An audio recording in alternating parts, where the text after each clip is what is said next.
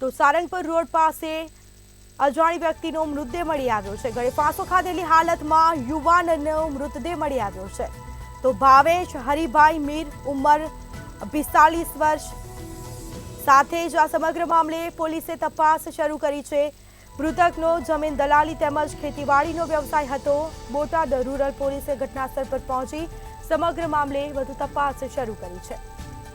તો સમાચાર પ્રાપ્ત થયા છે બોટાદના સાળંગપુર રોડ પર અજાણ્યા યુવકની લાશ મળી આવી, મૃતદેહ મળી આવ્યો છે। ગળે ફાંસો ખાધેલી હાલતમાં યુવાનનો મૃતદેહ મળી આવતા ચકચાર મચવા પામી, જે બાદ સ્થાનિક લોકોએ પોલીસને પણ જાણ કરી હતી અને પોલીસે ઘટનાસ્થળ પર પહોંચી સમગ્ર મામલે વધુ તપાસ શરૂ કરી છે। તો આ મામલે તપાસ શરૂ કરાશે। આત્મહત્યા કરી છે કે હત્યા તે અંગે પોલીસે તપાસનો દોર શરૂ કર્યો। તો ભાવેશ હરિભાઈ મીર, જેમની ઉંમર 45 વર્ષની છે, તો મૃતકનો જમીન દલાલી તેમજ ખેતીવાડીનો વ્યવસાય હતો। સમગ્ર મામલે પોલીસે તપાસનો દોર શરૂ કર્યો છે। તો બોટાદ સારંગપુર રોડ પરથી યુવાનનો મૃતદેહ મળી આવ્યો છે।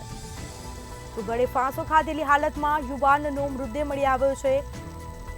તો સમગ્ર મામલે પોલીસે તપાસનો દોર શરૂ કર્યો છે। તો મૃતકનો જમીન દલાલી તેમજ ખેતીવાડીનો વ્યવસાય હતો।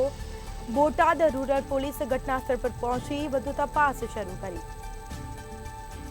તો સમાચાર સામે આવી રહ્યા છે, બોટાદથી સમાચાર સામે આવી રહ્યા સાથે જ કહી શકાય સાળંગપુર રોડ પર અજાણ્યા યુવકનો મૃતદેહ મળી આવ્યો છે। સ્થાનિક લોકોએ પોલીસને જાણ કરતા જ પોલીસ કાફલો ઘટનાસ્થળ પર દોડી આવ્યો હતો અને સમગ્ર મામલે તપાસ શરૂ કરી છે।